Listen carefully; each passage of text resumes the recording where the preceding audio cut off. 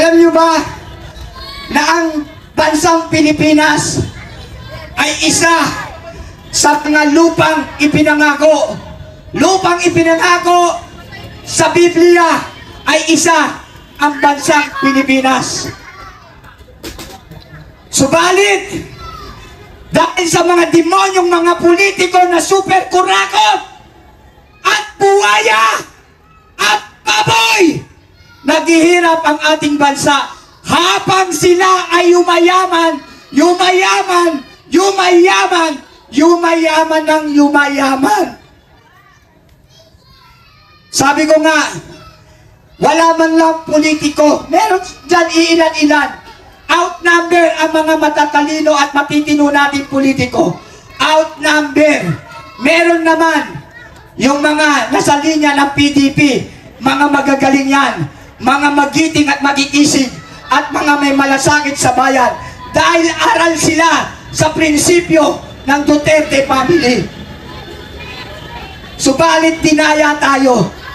Ayaw nilang paupuin ang mga matitino at ang mga may malasakit sa bayan dahil ayaw nilang maagawan sila sa mga kinukurakot nila. Ayaw nila may nagmamasid sa kanila at nagbabantay sa pangungurakot nila. At yung mga ilan-ilang matitino natin, pansinin nyo, ngayon, hinahanapan nila ng butas kung paano tatanggalin sa Senado at Kongreso. Ganyan po ang laro ng politika. Kung hindi ka umaayon sa amin, tanggal ka. Or sisirain ang pagkatao mo. Demoralize ka. Ganyan po kasama ang ating politika. Kaya sa araw na ito po at simula at tatapusin natin ito. Pakiusap ko sa mga mahal nating kababayan. Hindi po tayo naghahanap ng kaguluhan. Hindi po tayo naghahanap ng gera. Naghahanap po tayo ng katarungan at kapayapaan at kaunlaran sa ating bansa. Hindi po tayo nananawagan ng himagsikan. Tayo po ay nandito upang makiusap at manawagan na kung maaari, Pangulong BBM, dati mo akong leader bilang Marcos loyalist, pero nag-withdrawal of support ako dahil nakikita ko na you are incompetent leader. You cannot handle the Philippines. It's better to step down. Bumaba ka na lamang. Magiging hero ka pa sa bansang Pilipinas. Ikaw mismo alam mo sa sarili mo. Pangulong BBM, alam mo sa sarili mo na hindi ikaw ang gumagalaw sa bansang Pilipinas. Kaya ako, bilang isang OFW leader, bilang isang peaceful citizen of the Philippines, ay nakikiusap sa inyo na bumaba na kayo. Yung isang nagsalita na si Remedios Montemayor, totoo ang kanyang mga sinabi.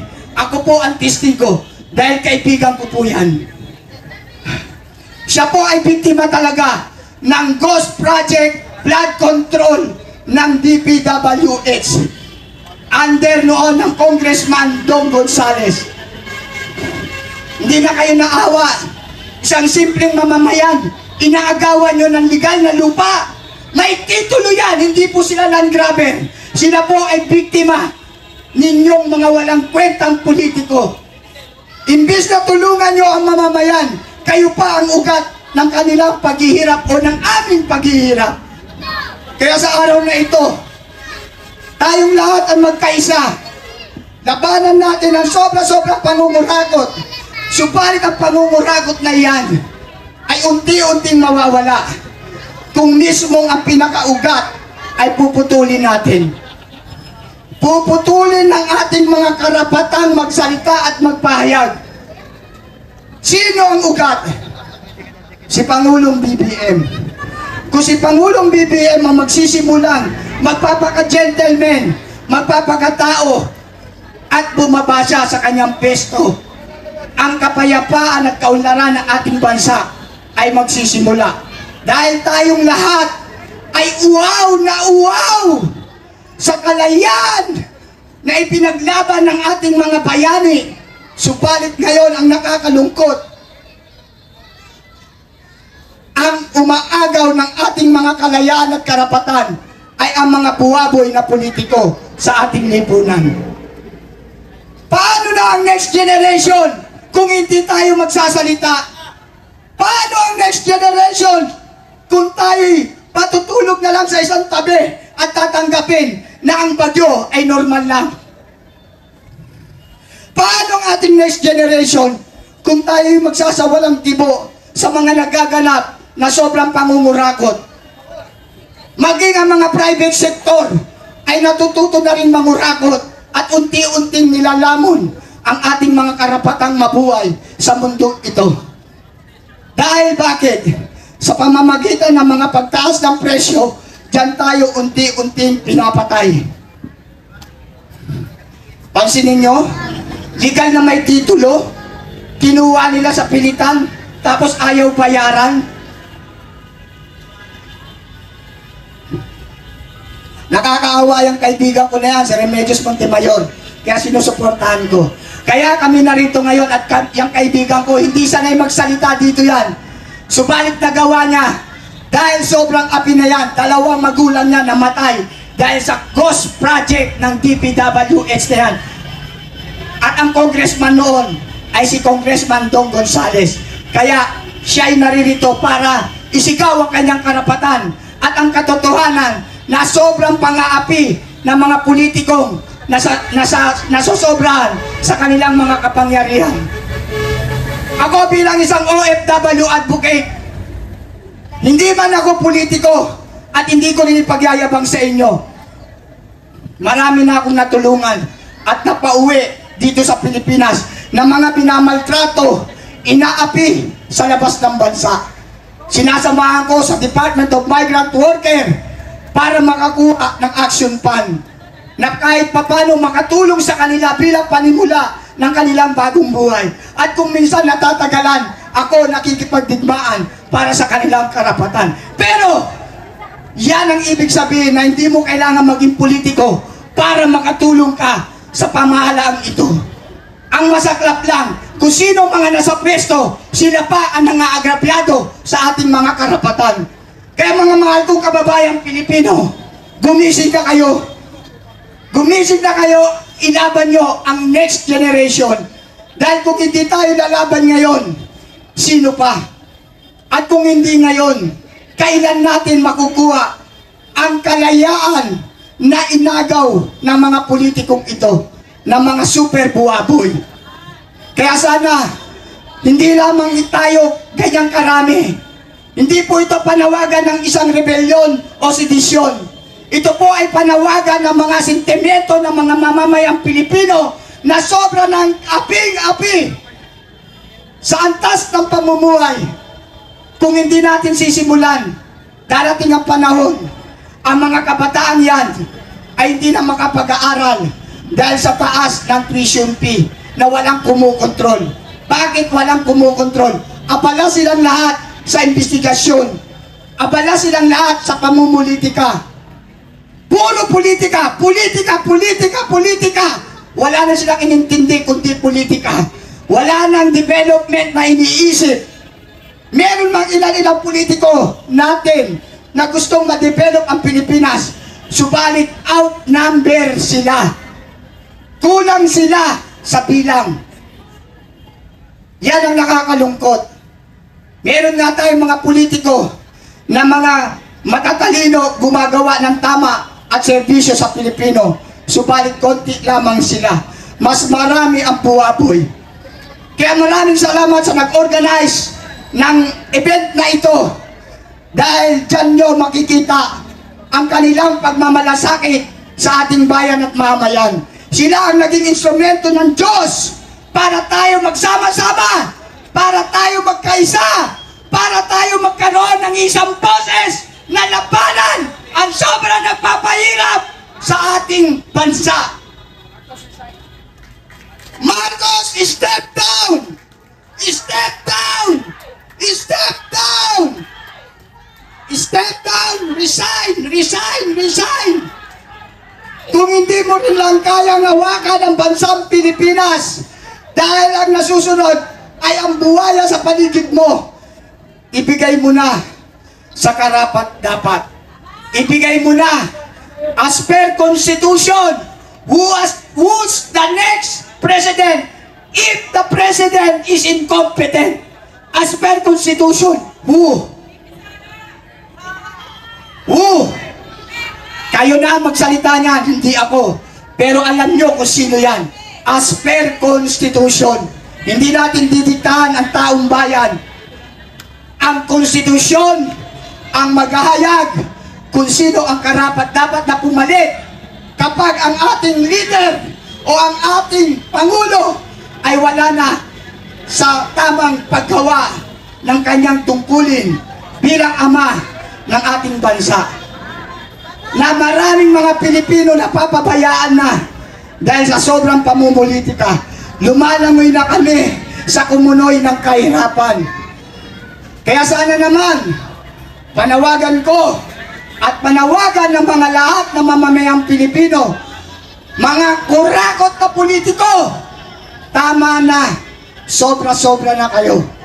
Mayaman na kayo, tigilan nyo na. At kung maaari, abolish smart magic. Dahil yan din ay isang ugat ng kahirapan ng ating bansa. Dahil ang nabuboto nila ng makina na yan ay yung mga hindi dapat umupo sa gobyerno. Kaya para sa aking opinion at proposal, abolish smart magic, resign the President of the Philippines, and mabuhay tayong lahat mga mamamayang Pilipino. Pagpatuloy natin ang laban, alang-alang sa mga next generation. Inuulit ko, hindi po kami mga traditional realista. Hindi po kami kasama ng mga nanggugulo. Hindi po kami kasama ng mga nanununog dyan. Kami po ay mga law-abiding citizen. Law-abiding citizen of the Philippines. Napilitan lang kami lumabas dahil sobra na ang aming kaapihan na dapat tugunan ng gobyernong ito kung paano paunlarin ang ating bansa. Maawa naman kayo mga politikong kurakot. Sabi nga nila, wala raw kayong mga puso. Subalit, lagi nating tatandaan, nothing impossible to the power of God. Ang Diyos ang makapangyarihan sa lahat. At ngayon ang Diyos, unti-unting papasok sa mga puso ninyong mga kurakot kayo upang kayo'y konsensyahin at gisingin na maisip nyo naman na ang bayan at mamayan. Sana naman, magbago na kayo. Step down, Pangulong BBM. Resign, resign, resign. Maraming salamat po. God bless. Maraming salamat po. Tuloy-tuloy pa rin ang ating programa. May pumapasok na naka one piece na vlog. Hindi pa rin natatakot. Huwag kang papasok dito to. Hindi ka makalabas ng buhay dito. Tangina mo. Ngayon po ay nais lang po natin i-acknowledge ang ating mga kasamahan na riyan na sumusuporta. Nariyan po ang 3 Trillion against the corruption. At nariyan po ang ating mga kasamahang general, si retired General Carlos Kita, si retired Colonel Mitran, si retired Colonel Joseph Galang, and siyempre, nariyan din ang isang magiting na abogada, Attorney Trixie Angeles. Maraming salamat po. At mga kapatid, yun pa lamang ay patikim. At mamayang alas 6 ay formal nating bubuksan ang ating programa. No? Hindi, mamayang alas 6 ay darating na ang ating mga hinahantay na gusto nating makita sa entabladong ito. Kaya iniimbitahan po namin lahat ng mga viewers, pumunta na at makiisa sa labang ito, laban kontra korupsyon. Pumunta na kayo dito at makiisa, sama-sama tayo harapin ang problema ng bansa ng may pagkakaisa bilang Pilipino. Yun lamang, at papakinggan po muna natin ang tinig muli ni Kuya Mark Makabayan, Boses para sa Bayan. Palakpakan naman dyan! Once again, ladies and gentlemen, Mike Makabayan! Check. Dalawang song na lang po ako.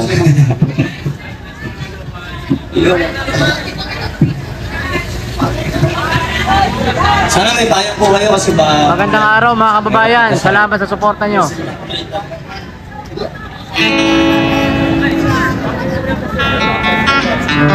Ladies and gentlemen, please welcome on the stage, Mike Makabayan. Palakpakan naman dyan!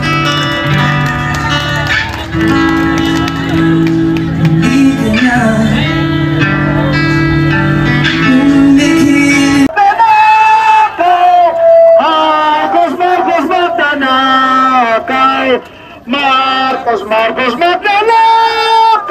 Magnanakaw si Marcos! Si Martin! Martin Magnanakaw! Martin Magnanakaw!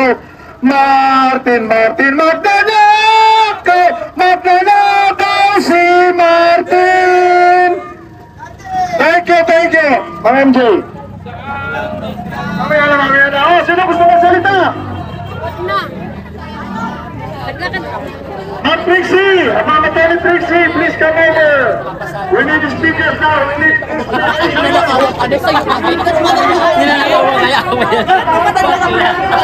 Sino ba pinoprotektahan nyo sa loob? Yung magnanakaw! Wala kayo man. Yung protektahan na magnanakaw na nandiyan sa loob! Tapos kami dito, hinaharap nyo! Hindi kami ang kalaban nyo! At hindi rin kayo ang kalaban namin! Iisa ang kalaban natin! O hindi ang mga magnanakaw! Bakit daw may baril? Pag magnanakaw, nagbabaw pa daw kayo. Yung isa dito, Magalang pa kayo. Sa mga taxpayer, may dalang baril. Ay, tanong. Ayan o. Nagbabaw pa daw kayo sa magnanakaw, pero sa mga taxpayer na nagpapasweldo.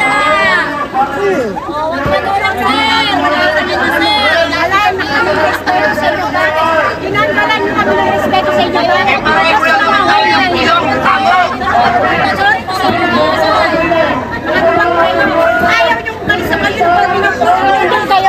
umalis sa kayo. Pinapulong kayo.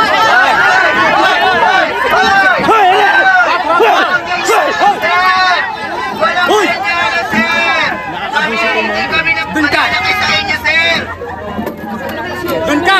Pero saan ka, sir, ginagawa niyo, sir? Nakita niyo, sir, sinaway ko pa. Malapitin ang mga senior dyan sa unahan! Kung ganyan sana kayo, di ba? Huwag niyo kami pagtulakan, Alam sir! niyo yung tama at mali. Dahil hindi kami ang inyong kaaway, sir! Mahirap ba yan? Ang kaaway ninyo, yung mga party list na ang gulo sa Mindiola! Alam niyo kung sino-sino? Na party list yun! Gabriela, Kabataan, ML party list! Sana ganito kayo karami pag mga kriminal at mga drug addict ang ano. Sana ganito kayo karami pag mga drug Nakikawak addict lahat ang ng party krimen. sa binanggit ko! Alam niyo kung sino? Laila Diba? Sana ganito sila karami at kalalakas pag mga kriminal, pag mga addict, pag mga nananaksak. Bakit pa mga tulong Pilipino, full force? Pag mga kriminal, Ulitin ko sa inyo, wala nang hustisya ang kinambayan. Yung nagdakaw ng bigas, nagdakaw ng corned beef, nagdakaw ng mangga para sa Inigil ko pamilya pa yung nilang kinulong. nulak. Walang investigasyon. Pinapakita ko na kayo ang nangaaway sa akin. Yung nagdakaw ng trilyon, anong ginagawa? Investigasyon sa Senado, hearing. Hanggang ngayon, nang nasa isip ko, kakampi ko pa rin kayo. Tinulak kayo, ako pa nagalit dun sa nanulak. Wala kayong mga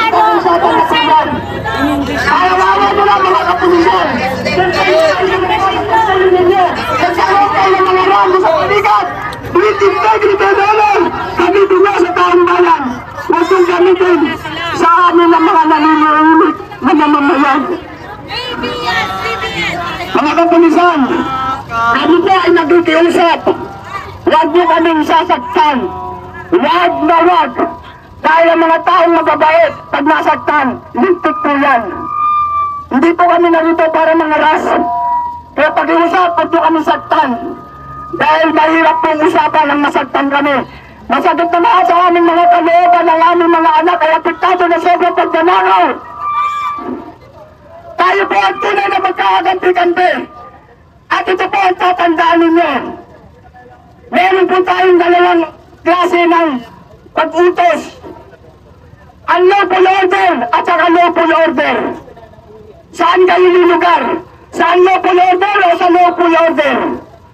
Kaya sana isipin niyo po, nagtapos po kayo ng kriminolohiya, hindi para gamitin sa pag-o-oppress sa mga simpleng mamamayan. Gamitin niyo po ang inyong mga rando sa pamamagitan ng kapayapaan at kaunlaran ng ating bansa. Kami po ay mga law-abiding citizen. Hindi po kami narito para lumagad ng batas. Subalit ang mga magnanakaw sa gobyerno, trilyon ang ninanakaw, pero nananatili ang sarap ng buhay. At kayo'y ginagawang utusan lamang. Hindi po kayo naka-specify na ipagtanggol ang Pangulo, Senador at Congressman. Kayo po ay sumagpa sa inyong tungkulin upang para sa bayan at mamamayan. To protect and to serve. Hindi po para sa specific na Pangulo at Congressman at Senador. Kami po ang tunay na gobyerno, ang mamamayan. Kaya hindi po tayo magkakalaban. Pag-iusap, huwag kayong mananakit dahil hindi po kami mananakit. Sovereignty resides to the people. Hindi na po ito sa pinang-politika. Kasi pinag-nansay ang antas ng kamanulay ng mga naamalang Pilipino na masyado lang inaalang-alang ng karapatan at kalayaan na buhay ng malaman at maayos.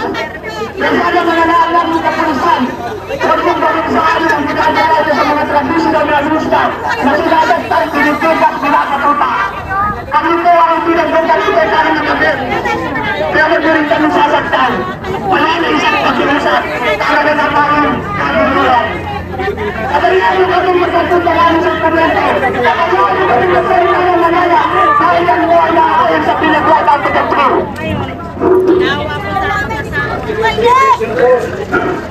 Kaya sana mga mahal namin kapulisan, kami po ay mga Pilipino rin. Hindi po kami mga dayuhan sa ating bansa. Magmahalan tayo, magkaisa tayo. Dahil ang pinaglalaban namin ay hindi lamang sa mga sarili namin. Pagtos, kasama na rin po kayo. Sino ba nagbigay ng mataas na sahod sa inyo? Ang Pangulong Duterte. Pero ano ginawa ng gobyernong ito sa Pangulong Duterte? Ang nagbigay ng dignidad sa inyo, ang rumespeto sa atin ng iba't ibang bansa. Dahil meron tayong competent leader. Kaya sana naman, pag-iusap namin para walang gulo. Pabayaan nyo kaming magayad ng aming sentimento. Pabayaan nyo kaming magayad ng aming mga karanasan. Hayaan nyo kaming magbayad dahil yan po ay batas. Freedom of speech, freedom of expression. Article 3, Section 4. Wala kaming nilalabag na batas. Itong lugar na ito, tinutugtungan namin ay binabayaran din namin ng tax. Kaya sana naman, bilang mga Pilipino, karapatan din namin mag-stay dito. Karapatan namin magsalita at magbayad ng aming sentimento. Kaya mga palapulisan, kami nakikiusap sa inyo, kung ayaw nyo ng gulo, huwag kayong manakit.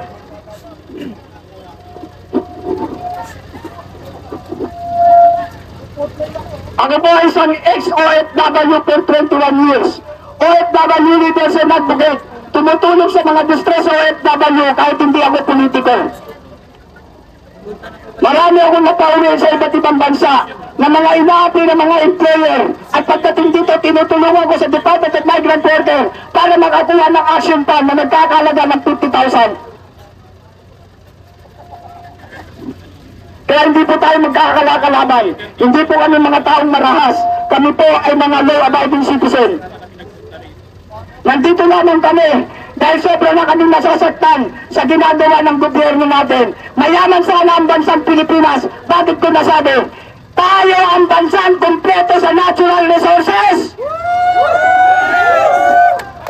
Mula sa asukal, hanggang sa apaga, hanggang sa bigas, hanggang sa kape, lahat, hanggang sa ratan.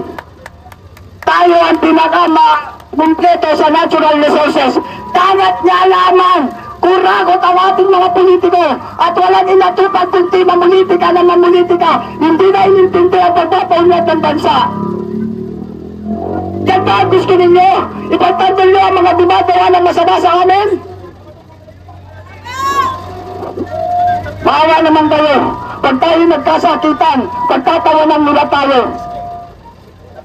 Pilipino sa kapwa Pilipino nagpapatayan. Pinagtatawanan na tayo ng ibang bansa. Kahit kayong mga kapulisan, pinagtatawanan na rin ng ibang bansa. Dahil ang pinagtatanggol nyo ay mga number 1 magnanakaw sa gobyernong ito. Kaya, mahal na Pangulong BBM, mahal na Pangulong BBM, kami nagkikiusap sa iyo. Nakita nyo na ayaw na sa inyo ng tao. Mas magbuti pang magpagumbaba na kayo at bumaba kayo sa pwesto nang maiwasan ang matinding kaguluhan. Step down! President BBM, step down! Gumaya ka sa tatay mo na kahit sa uling sandali ay maging hero. Dahil hindi na inayaan at pinahintulutan na magpataya ng Pilipino sa kapwa Pilipino at siya pumunta na lang ng Hawaii. Pumayag siyang kunin ng mga Amerikano. Kaya ikaw ang hindi pa uli ang lahat, wala pang dumadanak na dugo. Kami nagkikiusap sa inyo, hindi kami para dumulo. Pagkos nagkikiusap na kayo'y mag-step down na. Hindi nyo na po kayang mawakan ng Pilipinas. Hindi na po ba kayo naiiya sa maraming Pilipinong ito na nakikiusap at nananawagan sa iba't ibang sulok ng probinsya na sana'y bumaba na kayo. Dati niyo ako Marcos Loyalist leader, subalit nag-withdraw ng support ako dahil nakita ko na incompetent leader kayo. Kaya i-withdraw may support noon pa.